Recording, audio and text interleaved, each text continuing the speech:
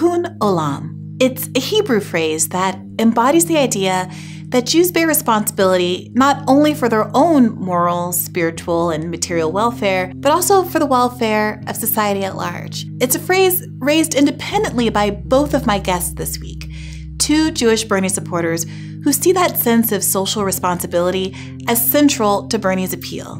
Bernie would be America's first Jewish president.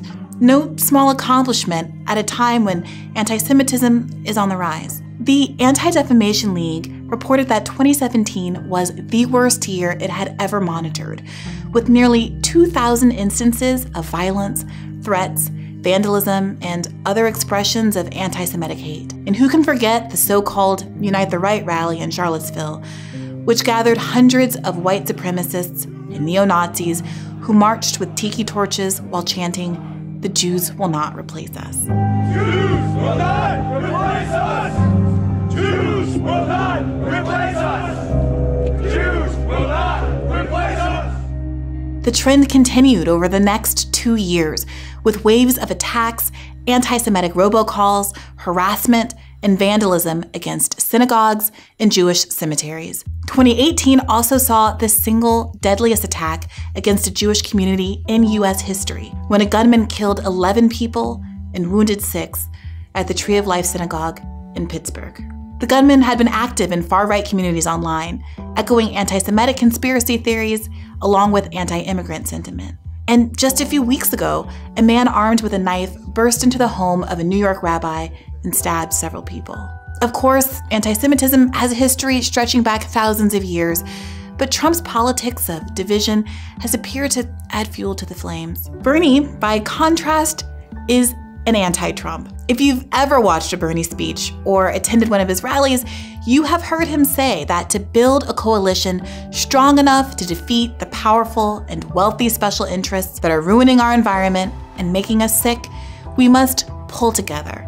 Black and white and Latino, Native American, Asian American, immigrant, those who are born in this country, gay and straight, we're gonna stand together. This is a winning message, not just according to Bernie, but according to Demos, a liberal think tank which found that voters respond when we call out when race is being used as a method to divide us up, as some politicians have done for decades. When we put the interests of working people first, whether black or white or brown, working people win. Across racial divisions, voters rate healthcare, the environment, education, and the economy as among their chief concerns. Pundits ask what black women want, ignoring polls that say healthcare is our #1 concern, and that Bernie is the most trusted candidate on healthcare. Everyone wants their kids to receive a quality, debt-free education, but especially working-class millennials who've traded mortgages for loan payments. Nearly everyone worries about losing their healthcare if they lose their job. Nearly everyone shares a common experience of struggle in a country that tells us all too often, sorry, you're on your own. But that's not the spirit of Tikkun Olam, and it's not the spirit of Bernie. How we're going to win this thing and change this country is together. This week, I spoke to Bernie's new director of Jewish outreach, Joel Rubin, about the ways that Bernie's own Jewish identity informs his politics. Joel has had a remarkable career, helping to found J Street, working in the Obama State Department, teaching at Carnegie Mellon, and more. He has also been touched personally by the Trump era's rising tide of anti-Semitism, as he's a member of the Tree of Life Synagogue in Pittsburgh that was attacked 2 years ago. I also chatted with friend of the show, Katie Halper, about the anti-Semitic tropes that get directed Bernie's way by unscrupulous media types. And I asked how we can help push back and how we can pull together. I'm so glad to be joined today by Joel Rubin, who was recently announced to be our Director of Jewish Engagement or Outreach. But you have had this incredibly varied, long, and interesting career. Can you walk us through some of the roles that you've occupied in your past? That's wonderful. Thank you so much for asking me about that. It's always a little humbling to be in the position of explaining who you are and why you're in a role like this. For me, I grew up in a very mainstream Jewish household, conservative in the the religious sense, but very mainstream, very much identified with Jewish culture, with visits to Israel, with participating actively in the synagogue. So I spent much of my youth going to Jewish summer camp, participating in youth groups, learning Hebrew badly, but learning it nonetheless, and really becoming confident in my own identity as a Jewish American, but growing up in the ideals of Tikkun Olam, which means healing the world. And the idea that we are good stewards of this planet, we are good participants in this society if we're striving to make it better, and if we're working with our fellow men and women to make a better earth and a better planet. So it actually was part of my upbringing that I was not just Jewish, but that I was American and part of the idea that we should be helping to create a better world for our families and our future. So that's been kind of driving me professionally ever since. I went to Brandeis University, which is a predominantly Jewish school, studied abroad at Tel Aviv University, was a participant on a Holocaust trip called the March of the Living, which is about understanding the roots of the Holocaust in Poland and experiencing that firsthand. And it really inspired me to go into the Peace Corps, quite frankly, afterwards. And that was for me sort of the awakening of getting outside of myself and that sort of Jewish upbringing in America and really expanding, building on Tikkun Olam. So I went into the Peace Corps, was a volunteer in environmental education in Costa Rica, and I speak better Spanish than Hebrew, but don't test me.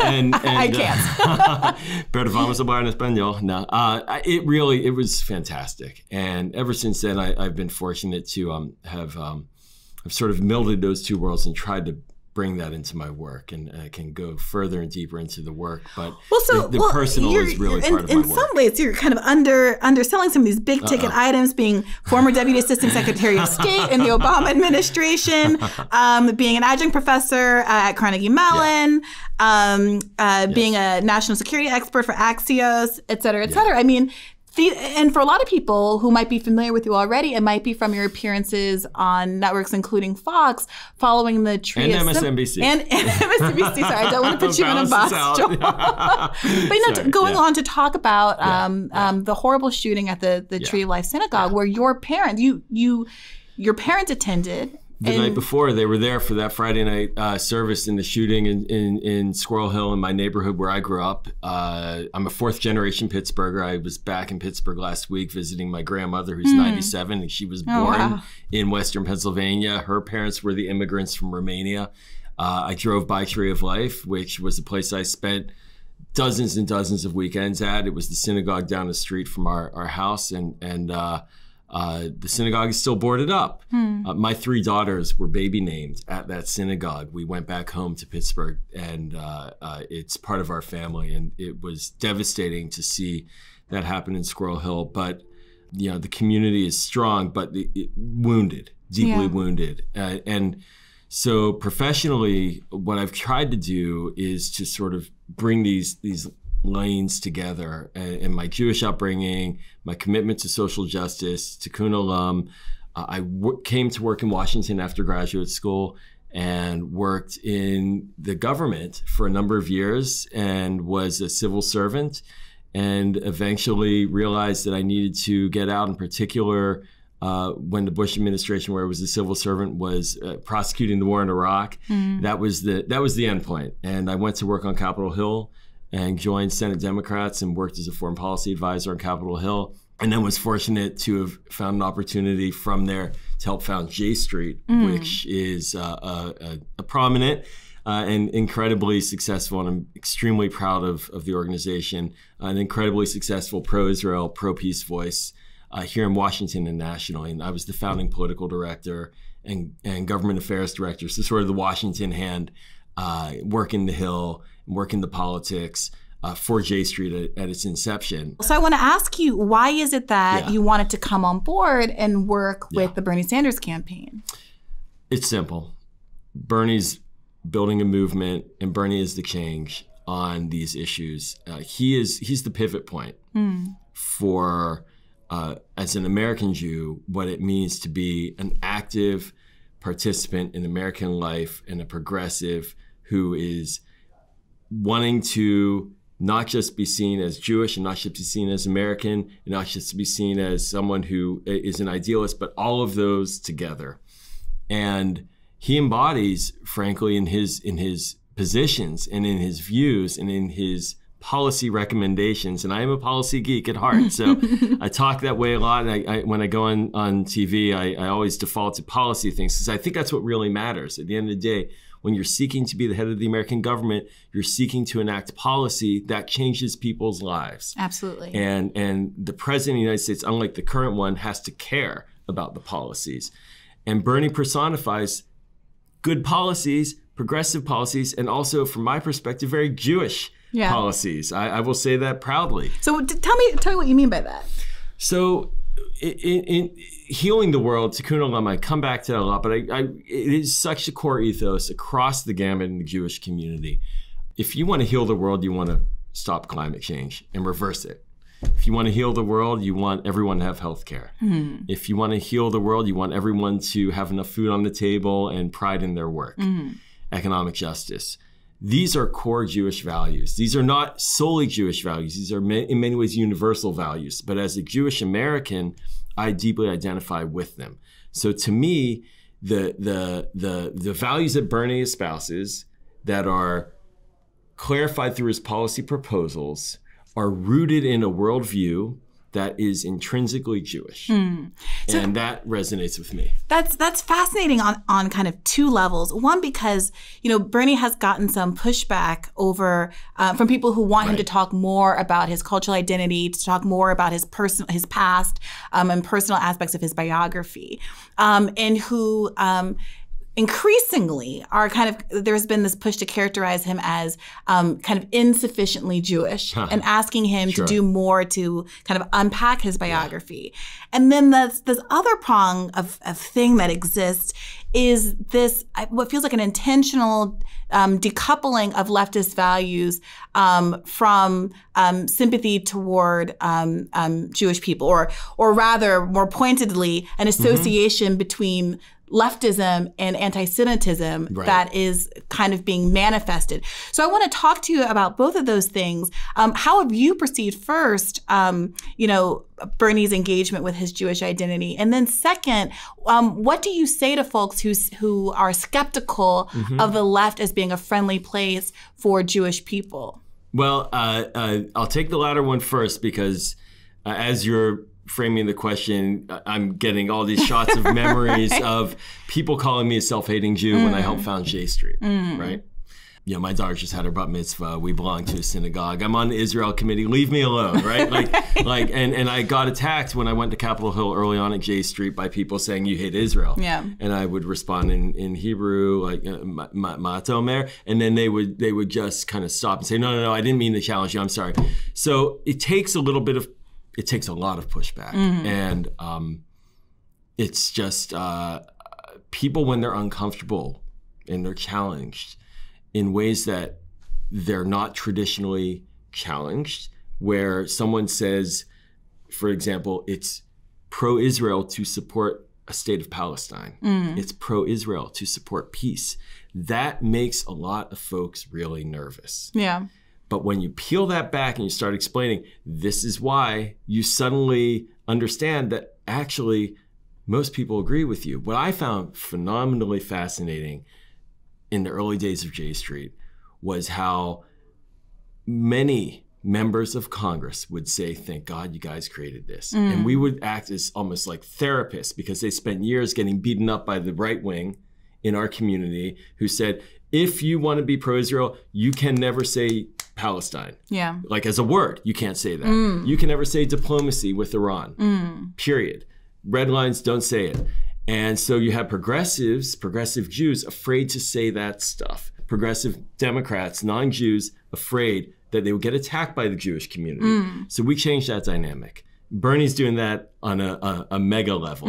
But the thing is it takes leaning in on it. And I think then once that you start changing that conversation, all things are available. And it's really important when I hear Bernie talking about issues and hear him leaning in. He's coming from a place of support for Israel and a support of being Jewish, but he's not coming at it from a perspective of, I'd say, racist. I'll put it that way. Okay. And I'll be blunt. You know, I've heard a lot of racist commentary from the other side about being supportive of this position. The progressive left has been criticized as being anti-Semitic for being critical of Israel. I don't buy that at all. Right. And the reason I don't buy it is because I actually listen to what they say. And there have been so many racist attacks against progressives coming from the far right who want to make the mainstream Jews, or those up for grabs, or the liberal Jews and the liberal Democrats in general, nervous about not towing the line. Right. Right. So where Bernie comes in, where he's shaking things up, is he doesn't toe the line. And that makes them really nervous that a Jewish person who is comfortable in his own skin is saying things that break that line into. Yeah, that really resonates with me a lot. We talked about this a little bit when we first met, that from my perspective, given the kind of prominence that identity has taken in certain respects in the States, and kind of the leeway that folks are given by virtue of our identities, I have found that I have been able to have certain kinds of sensitive conversations about identity politics and race relations with respect to Black Americans that other writers who are not Black American, who aren't women, haven't been able to do. And I feel that my identity has been able me to have the comfort, let's say, I wouldn't say cover, but the comfort, let's say, to talk about subjects that otherwise might have me immediately dismissed as racist or sexist, right? And so there's something that does feel empowering about having finally this like first Jewish president, potentially, who is able to talk about kind of basic human rights concerns that have been much less stigmatized globally in other countries, in the UN context and other parts of the world, where in America we have been, there has been a lot of like fear that certain kinds of comments will be construed as anti-Semitic, in part because of this very concerted right-wing effort to make that the case. So much so that you have this kind of topsy-turvy world where Donald Trump is positioning himself as the person who is most friendly to Jewish people. At the same time, he's using a number of veiled, stigmatized, language. At the same time, he's saying that American Jews that would vote for a progressive are, quote, disloyal. What do you make of the right's ability to kind of own the space as the only kind of like pro-Jewish group in this country? So Donald Trump inspires the racists in our society, and he inspires the white nationalists. And the white nationalists are the ones who are walking into synagogues and shooting them up in the name of white supremacy.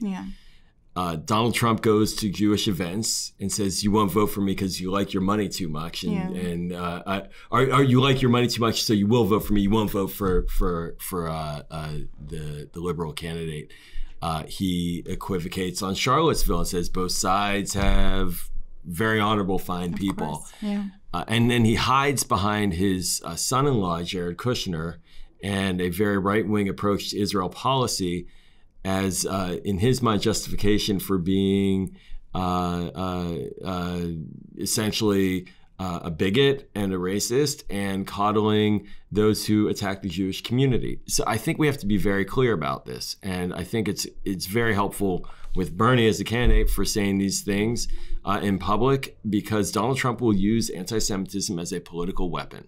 And he will, and his allies will attack the Democrats, and have been consistently attacking Democrats by portraying Rashida Tlaib and Ilhan Omar, for example, as the most dangerous anti-Semites in the world, because they want a state of Palestine. And then they will attempt to criminalize speech on campus about BDS. Regardless of how you feel about BDS, speech should not be criminalized in the United States of America in 2020. And so that's where Trump is coming from. And so for Bernie and the movement's values to truly reflect positions truly reflect our values, we must be ensuring that all of the components of our community are flourishing. I mean, I remember when I was in Costa Rica in the Peace Corps, and I'm living in a remote village, and everybody's Catholic or evangelical, and I'm the Jew in the village, and I'm showing them what it means to light the Hanukkah candles, and they would come and talk to me about the Bible, and there was so much tolerance and openness, and it was so rich, and it was fun, and I'm still in touch with all of them, and that's the world we want to live in, right, where we're different and the same at the same time. And we don't weaponize our difference to defeat the other politically in order to cause pain and harm and death. Yeah. And so that's really what Bernie represents. And I'll go back to Bernie on this because this is why I want to be here, is he represents the deepest, darkest challenge to what Trump is trying to do because he's a Jew. So there is a way in which it is empowering to have the identity and to be able to dive headfirst into these subjects. Mm-hmm. And there's also a piece of me that never wants to unwittingly open the door to genuinely bad faith commentary or bad faith attacks, right? Like, I don't want to open up a cover, like, for the fact that there are obviously genuinely anti-Semitic views all over the place that you can find, regardless of partisanship or political position, in the same way that I find about, anti-Blackness or misogynoir or what have you. And so there's, I don't know, like, do you worry about that? Do you ever, in making full throat defenses of kind of leftists or talking about, Trump's executive order that, to protect Jewish people, that's really, in large part, an attack on free speech on college campuses, right? And really just meant to target BDS. Do you ever feel like that's a difficult balancing act? It's a highly difficult balancing act, but it's one that we have to do. Yeah. Because, newsflash, we don't live in a pure world where everybody is purely perfect from our perspective. Yeah. We're all human. We're all fallible. There are things that people say who are on the Democratic side that I would construe as anti-Israel. Yeah. That I don't like. Do I cancel them all out entirely? No. Do we talk to them? Yes. Do we condemn certain words and try to bring them in and work with them? Yes. Yeah. Do they tell us what we're saying is wrong? Yes, they should too. I really, really, really reject the notion that we have to somehow purify ourselves by anybody who makes a comment or a statement that we disagree with and just expunge them from our midst. No, yeah. But we are, and put my Jewish hat on this, we are responsible for engaging and discussing and describing and talking. And I think that's, in the arc of life, it's about learning and growing. And the Ilhan Omar controversy from last winter, February time, less than a year ago. It seems feels like we have this every month or two, right? But, yeah. But the Congresswoman said things that really upset a lot of people, and she was told that, and she recognized it, and she recanted certain things and not other things. I don't expect her to suddenly become Bibi Netanyahu's best friend in order to give her acceptance into Jewish life, right? Like, that's, first of all, who am I to judge her in that way? Yeah. But I do think politically it's crucial for us to embrace people who have different ideas, and when we don't like some of their ideas, we talk to them about it, but we keep on embracing them.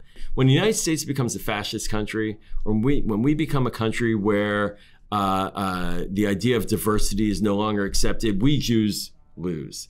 Like, we have thrived in this country better than any country in the history of the planet. No one will tell you anything different. The United States is the single greatest homeland for the Jewish people in the history of the planet. Now, Israel is a different thing, and we can talk about that, but there has never been a country where we as a minority have thrived like in the United States. Why? Because it's an open, tolerant, diverse democracy. And when we lose that, we lose everything. And part of democracy is about dealing with difference. You and I spoke about the idea of cancel culture. Can't have cancel culture. It doesn't mean we can't criticize, but criticism doesn't mean cancellation. Yeah, that is, I mean, we've talked about this. That's considered to be incredibly spicy, but, I've written about this too, about how the part of when people make mistakes, the redemptive aspect, what penance looks like, has been, I think, largely missing from the conversation. And that's what makes people so frustrated when you only have cancellation and forgiveness. Neither of those options seems palatable to people on the whole. There's half people who are going to want the cancellation, half people who want complete forgiveness. But without that conversation about what does it look like for someone to rehabilitate themselves? What does the sincere apology look like? If the apology isn't enough, what does it mean to do acts of penance that demonstrate that you have not only learned from your mistake, but made efforts to repair what you've done wrong, right?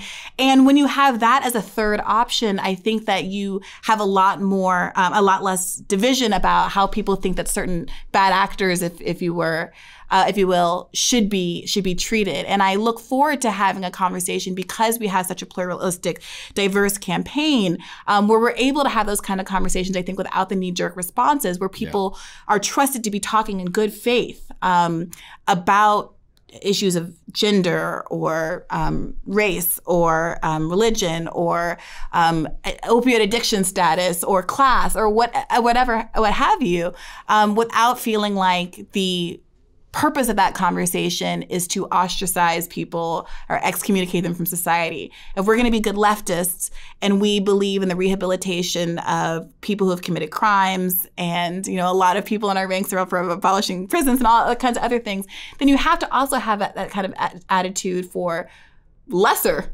crimes, the kinds of crimes that aren't criminal. It's tolerance, right? It's a word that's not in vogue politically. It's hard. And in a political campaign, it's really hard. How do you show tolerance? Don't you want to say it's us or them? And well, one should be able to have a political fight and not hate their opponent. That should be the objective here. In a democracy, in a healthy, thriving democracy, we should not want to hate our opponent. We may feel things of hate. God knows it's not easy in this moment. But I really believe that it's essential to think about the day after we win. And the day after is a governing day. And in the United States, we're such an incredibly diverse country, ethnically, culturally, economically, geographically. The country is so diverse. One can't govern without a healthy dose of tolerance and understanding and appreciation for difference. Some people, there are going to be people who listen to this and say, yeah, not me. Like, things have been too bad. I've experienced, too much trauma. It's not up to me personally to forgive. And I had a conversation on an earlier podcast episode where we were talking about Islamophobia, where we were talking about, the difference between saying any one individual should be required to have, this isn't dictating that any one individual should have a certain kind of a feeling. You can have your private emotional responses. But I do think that there's some credibility to you having this conversation, having been so directly impacted by the Tree of Life shootings. I think there are folks who would say it's a privileged position to say that we should bring this feeling of tolerance or understanding into these scenarios. But what I find again and again is it is people who actually have the closest proximity to experiences of tragedy or bigotry, et cetera, who do tend to have that more, I don't want to say understanding response, but a kind of open-mindedness toward it. And people who are actually more attenuated from these events, who take the very, the strong response that we shouldn't have to communicate with people. Because what I find is people who are experiencing intolerance tend to be integrated in communities, the communities that they're talking about who are impacted. A lot of Black people, family members who live in the South, who are every day working and living with people who are more conservative, who might have views that are different from them. They are approaching it as a more intimate kind of person-to-person relationship because they have more intimate person-to-person relationships than perhaps the professor living in Cambridge, Massachusetts, who has all the right ideals on paper, but who doesn't actually have the lived experience. And I find that curious. Well, I'll tell you, you put your finger on so many important buttons in this, and it's because when you go through the fires, you understand how incredibly sensitive things can be. Yeah. And yet I don't want that to be mistaken for a passivity. Right. Or a turn the other cheek mentality. It makes you want to fight harder for what you know is right. But the way to win is to not just speak to your own echo chamber, but to get the people on the other side to come to your side. Right. Like we win when we got 75%, not 50.1%. Right, and to me that's just called politics, and that should be completely self-evident. But there is a significant subset, I would say, of Democrat liberals in America for whom the idea of convincing someone who voted for Trump is a betrayal in of itself, an articulation of a desire to convince, let's say, an Obama to Trump voter to come back to Democrats is perceived as an admission that you, one, don't care about other constituency groups as much as that group. For example, people of color or non-voters or people who have been disenfranchised. That you are somehow privileging those quote unquote white working class votes. And there's a real culture of opposing doing anything that resembles political persuasion. And instead, the emphasis from, I think, a lot of people, a lot of Democrats seems to be, let's just find the people who we can identify as for us for demographic reasons. Presuming, of course, that people who belong to those demographic cohorts are, of course, going to vote for Democrats, even though we're seeing increasingly those patterns are not as fixed as they once were.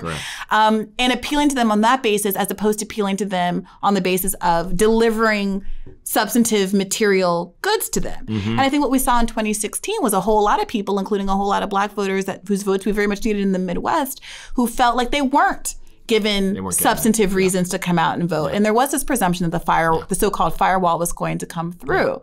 And so I think that there's something really important about having that kind of more humanistic, I think, approach that you're taking, because it forces you to respect all voters on the basis of their humanity. We want them to come in that election day undecided and say, hey, I'm a Republican, but I'm going to flip the switch. But what you're articulating is transformation, right? And this is what Bernie's talking about. What we're talking about here is transformation, is about getting a society to think differently about its priorities.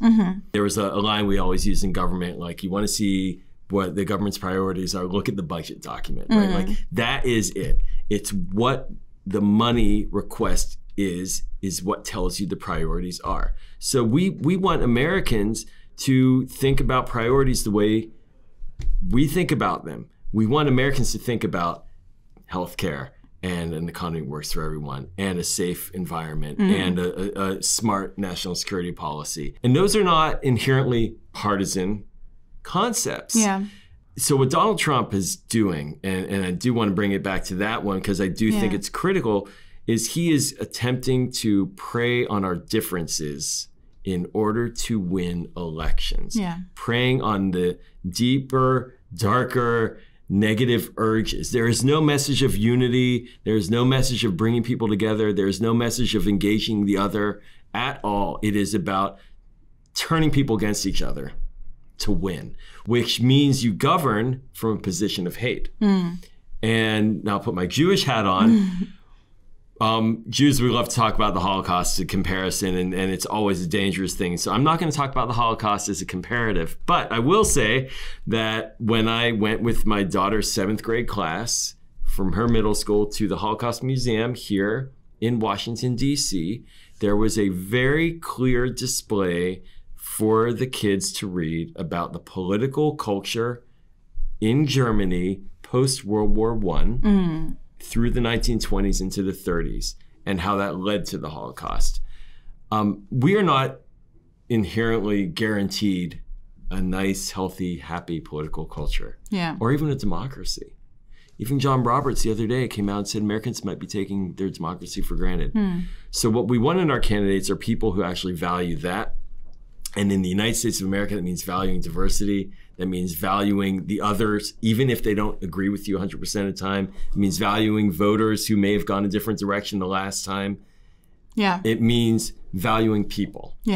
And I think that, to me, that is part of healing the world. That is part of Tikkun Olam.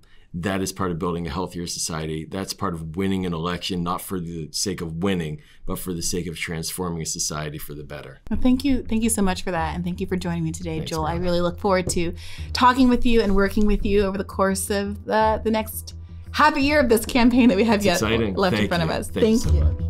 There were two forces, I think, that shaped my political views. One, that I grew up in a family that did not have a lot of money.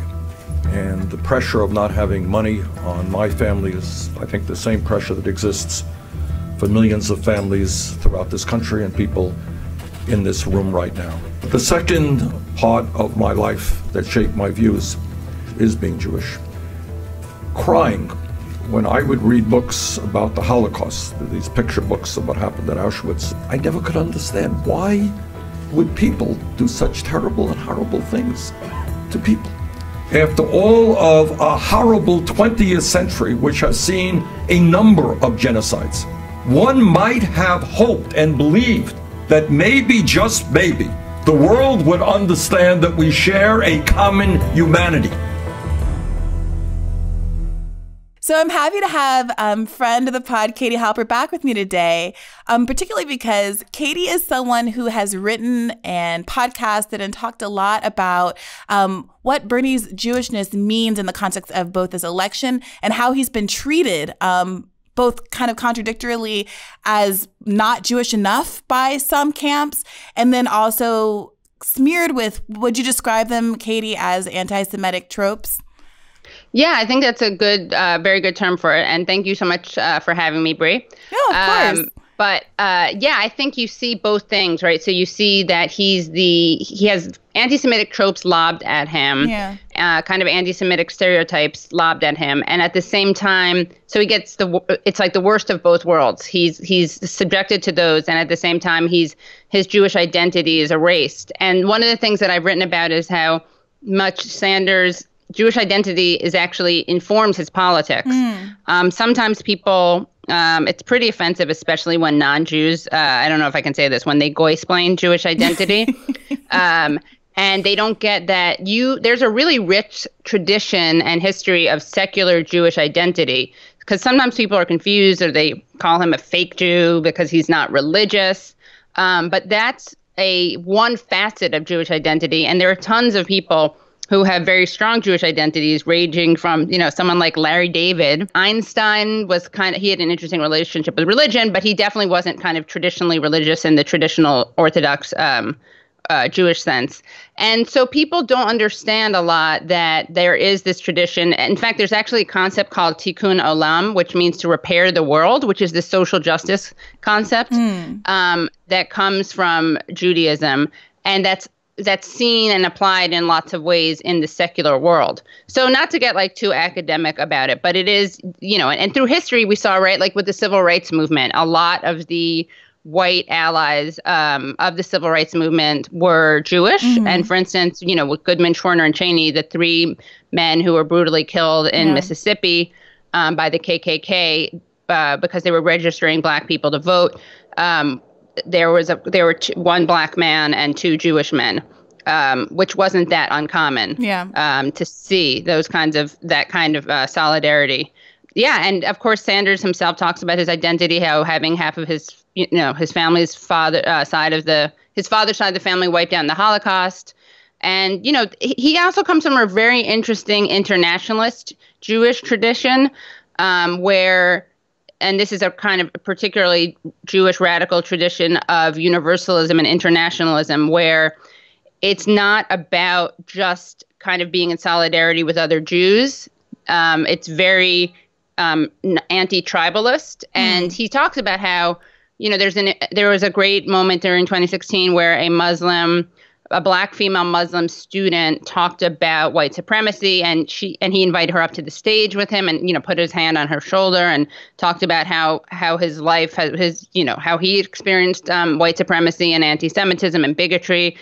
And it's also really interesting because he has a lot of Muslim support and Arab American support, which is interesting because I think people get the sense that he takes his Jewish identity and from there he makes connections to other people struggling and suffering. Given though that, there is this way that Bernie's personal history has been a central part of this campaign, right? With his opening speech in Brooklyn, talking about his roots there, talking about his family growing up nearby in a tenement apartment, talking about his father's family being largely wiped out in the Holocaust. You know, why do you think it is that there are those who are seeking to diminish his Jewishness in the context of this race? Yeah, that's interesting. So there are a lot of reasons. I mean, sometimes you have just cynical people who love pretending that he's this they like pretending he's a straight white dude who's out of touch and who is only supported by straight white dude misogynists. Of course, that's a harder and harder argument to make because just the demographics don't prove that. And as I'm sure you know and have talked about, Sanders supporters are less white and less male than any other candidates. Right. So it's part of this kind of identity politics, like kind of the cynical wielding of identity politics to say the more Bernie doesn't subscribe to any protected class or isn't seen as a part of a protected class, the more we can diminish him in his role in this race compared to other candidates who are. Exactly. So the more they can, the more he's just a white dude, the easier it is for them to perpetuate the myth that he speaks to only white dudes, that he's part of. And again, it's interesting because he wouldn't say, I'm sure, and I've never said, being Jewish is not being black. Okay, you can be black and Jewish, obviously, and there's interlapping intersectional definitions. But in terms of just comparing them, which often happens, right? People will often compare like slavery and the Holocaust, or being a non-black Jewish person and being a non-Jewish black person. They're not the same thing. You don't walk around with the same kind of target on you. Although, interestingly enough, you know, there have been a lot of the hate crimes. A lot of them have been anti-Semitic. Disproportionately, overwhelmingly, Jews have been the target of hate crimes, particularly in recent history. I feel like there's a chart we can perhaps throw up in the video version that shows the overwhelming spike that's been happening, and recent events, particularly with the stabbing in New York, really highlight how much that's growing. Yes. I think that, it's not the same as systemic racism, and Sanders knows that and understands that. But it is true that that recognizing his Jewish roots, because also we have to remember being Jewish when Sanders was growing up is very different from what it was today. I mean, my mom is younger than Sanders, but she's a boomer. She's a feminist Bernie bro boomer. And she and my uncle, would have rocks thrown at them just because they knew their name was Eisenberg, I guess, or they knew that they were, because of the neighborhood, their school they went to. This was a time when Jewish identity was very different from what it's like today. And even growing up in the Bronx, which was not devoid of Jews, you faced that kind of stuff. So this is a whole other interesting question about how much you choose your Jewish identity. And today there's a lot more, I think, choice than there used to be. For those of us who are kind of less online or not as engaged in every single article that comes out, can you explain some of the instances of anti-Semitism that you've observed in the media? One part of it is, I would say, there's just this general, why aren't you Jewish? And I think that's anti-Semitic, like Jewish identity policing, and it's ignorant. And, you don't go to synagogue or you don't wear a yarmulke, so you're not really Jewish. So that's a form of anti-Semitic, anti-Semitism. And again, I think there's some people who really just don't get it, and a lot of people who are cynical about it. Another thing is that, we see people like Jonathan Chait jumping down the throats of people like Ilhan Omar, calling her, accusing her of perpetuating anti-Semitic tropes. And even when they're not even... you can fall accidentally into an anti-Semitic trope, but sometimes he would say that about her and it wasn't even there at all. There was like, no, they're there. Like, she didn't talk about dual loyalty. She talked about allegiance. And I mean, this is another thing, but, and of course, Zionists, a lot of them are Christian. So being critical of AIPAC and this kind of aggressive, hawkish Zionist project is not inherently anti-Semitic. But anyway, somehow all these people who see anti-Semitism all over, and there is anti-Semitism, but they see it, they conflate valid criticism of Israel with anti-Semitism. Somehow they don't notice it when, for instance, Politico wrote an article called "Bernie Sanders Might Still Be Cheap, but He's Sure Not Poor." And the image that they had was him holding a house and having two houses coming out of his head. Because, of course, they love that thing about how he has three houses. Yeah, he has three houses. He has a house in the state he lives in. He has a house in, or whatever, he has a place to live in D.C., Vermont. And, God forbid, he has a house where he and his children and grandchildren like to spend time in Vermont.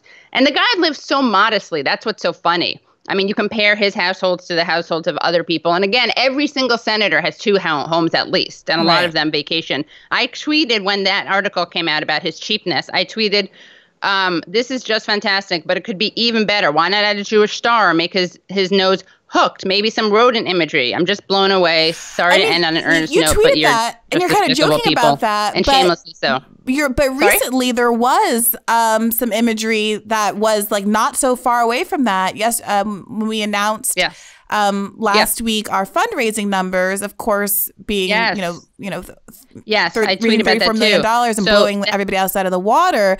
The image that was chosen to accompany those results. Can you talk a little bit about that? Yeah, so this is a classic greedy Jew stereotype, kind of money-grubbing stereotype. And so the image that 2 places had of Sanders, it was really fascinating. 2 images that were used. One was used by NPR and one was used by Washington Post. And both of them used this image of him with his hands together. And there's this other classic image of a very anti-Semitic cartoon of a guy with the typical stereotypes, a big nose, the yarmulke or kippah on his head, and doing that, this gesture of having your hands together, like you're rubbing your palms together in excitement. And it's a pretty it's a real trope. It's the cheap, this cheap, greedy Jew who's excited about like pulling one over on people, all the things, all the tropes of like the trickster, the shyster. We've seen this, Clara Jeffries had like a really gross image that she put next to Sanders that made him look also like a big nose. Of Mother Jones, ironically enough. Mother Jones, right, who, wow, is she rolling in her progressive grave. Outlet. But, and also the political thing I just want to add, not only did it have that, but it actually had him. Then it had an image of him in the article standing in front of a tree, and it was called an illustration. Like if you tried to save it, it came up an illustration of Bernie Sanders standing next to a tree with dollars as leaves. Like that's what Politico's graphics people called it. And yeah, I think that Anderson Cooper asked him if he was hiding his Jewish identity. So I'm curious, how do you think all of this is going to play out in the election? I'm kicking myself for not actually asking our Jewish outreach coordinator about the Jewish outreach part of this.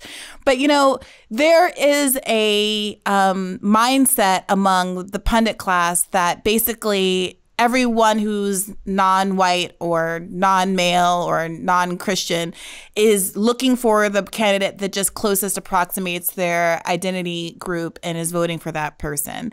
And obviously we've seen in poll after poll that's not been the case. Everyone's very confused and frustrated by why Bernie has the largest amount of Latino support. I think he's number 2 or 3 with Black voters and has been consistently throughout. Does much better with Black voters than either Kamala Harris or Cory Booker had done. Right. So what do you think the status is right now? How is Bernie being perceived by the Jewish community? Well, I think, there's like the AIPAC Jewish community, which like so many other powerful but not representative kind of organizations that we see in lots of different communities. They are a very public face of Jewish identity. They're very well funded. They're very politically connected, but they don't represent a majority of the Jewish people's outlook in politics. So that's, you'll hear criticism of Sanders that come from certain right-wing Jewish individuals, Sheldon Adelson, thank God he doesn't like Sanders, or AIPAC. And then what's really important, and this is why, you have other Jewish organizations like Jewish Voice for Peace, if not now, J Street. These are organizations that challenge the kind of very not representative, but overly represented in media and overly represented in the political elites, Jewish identity of something like AIPAC. So you'll hear, it distorts what the Jewish voice is. And of course, there's no monolith, there's no monolith of any group, but most Jews are, they do vote Democrat in high numbers. And the Jews that you often hear from, the Jewish people who are cited by the same media elites and political elites who hate Sanders will, of course, elevate those voices, the voices of Jewish critics of Sanders, as opposed to his overwhelming support. And, related to what you just brought up in terms of the narrative of people only supporting people who they overlap with in terms of certain identity aspects. There's a reason. Look, Mayor Pete's a millennial. Millennials don't like him. They like Sanders. It's not about identity per se. It's about, which I'm not dismissing the importance of identity and representation, but people are, hip to the fact that that the more important thing, if you're a millennial, for example, is that you have someone who understands the situation of millennials who are struggling. That's more important than someone who happens to be a millennial who doesn't understand that, who doesn't want to provide people with free college, who has this disingenuous narrative about how it's unfair to ask working people or poor people to pay for free college tuition for rich people, which is we've talked about this, I think, what a bad argument that is. And how if you care about people, if you care about working people and poor people and you don't want them to bear the burden of supporting rich people, then that you keep universal programs. You have them universal, you keep them universal, or you make them universal as opposed to means tested, because when they're means tested, that creates a stigma around them. And also it makes them very vulnerable to being cut or slashed. Whereas if they're universal, there's not the stigma, right? There's a reason Newt Gingrich talked about welfare queens and not Social Security queens. Mm-hmm. And also there is, it becomes a right and not seen as charity and not seen as a handout. There was a pundit recently on the internet who claimed that the reason that people like Bernie Sanders is not at all about policy, but about kind of, I don't know, like these character, like it was a cult of personality, basically, was his claim. Yeah, he said something about, I don't have the quote in front of me. The one thing he kind of tried to say, I think, was that he was like did he say he was a political outsider or he's challenging the system? I don't remember that. I wouldn't give it that much credit. I can pull it up right now because my mentions are still very much full of it. He said, Bernie Sanders supporters are not supporting him because of policy reasons, which I think set a lot of people off because unlike I think most other candidates, I would hazard a guess, when you ask a Sanders supporter why they support Sanders, they always have like a stunningly sharp ability to articulate precisely why it is.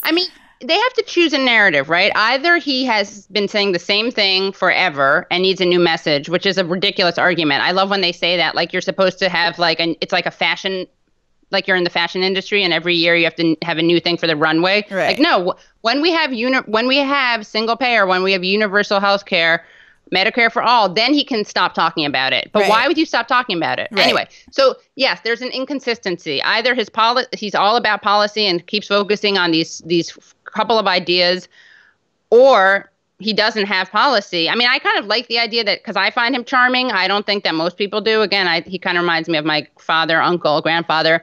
But it's cute. I think it's kind of projection maybe, because maybe the people making this argument, they don't base their politics on policy. But if you speak to any Sanders supporters, they know that. The one thing I will say is that he has an air of, in terms of like aesthetics and non-policy, he does have an air of authenticity. Right. But that's related to his commitment and his consistency. So that's one thing. But again, it goes back to the policy and precisely the policies and the fact that he's been fighting for the same ones, regardless of how they poll. Right. But yeah, I don't really know what people think draws people to Sanders if it's not the policies. Yeah, well, we're in complete agreement on that. And I think that we're going to see that come into sharper focus as we go forward and people start to try to understand the stickiness of Sanders support. And the pundit class, who sees the kind of downtick that some of the other candidates have experienced are attributing that to their support of policies like Medicare for all, when the downtick has corresponded with their backing away from their support of Medicare for all. Exactly, it's a truly bizarre circumstance. But thank you so much, Katie, for joining us to talk about the extent to which Bernie Sanders' identity is mixed up in all of these kind of like bad prognostications. And I hope to have a chance to chat with you more soon as our resident media maven here on Hear the Bern. Maven, I think it's a Yiddish word too. How appropriate. Is it? There you go. Thank you, Katie. There you go, yeah. Thank you. Shalom. Shalom.